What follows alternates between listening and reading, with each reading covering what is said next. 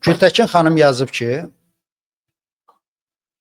indicə oğlumla birlikdə İstanbulda kirayə yaşadığım evin qapısını döydülər. Əmniyyətdən gəliblər, məni karakola aparırlar. Heç bir səbəb yoxdur. Türkiyəyə 25 sentyabrda gəlmişəm. 3 aylıq müddətim bitməyib, üstəlik 2 illik Türkiyədə oturum iznim var. Azərbaycan hökumətinin sifarişi ilə çox güman ki, Türkiyədən deportasiya olunacağam.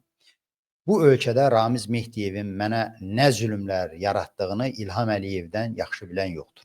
Ancaq görünür ki, bütün bunların heç bir rolu yox imiş.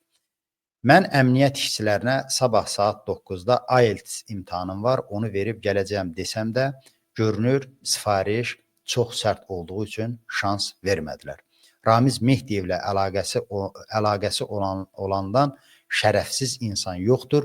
Günahsız olduğum halda məni şərləyənləri Allaha tapşırıram.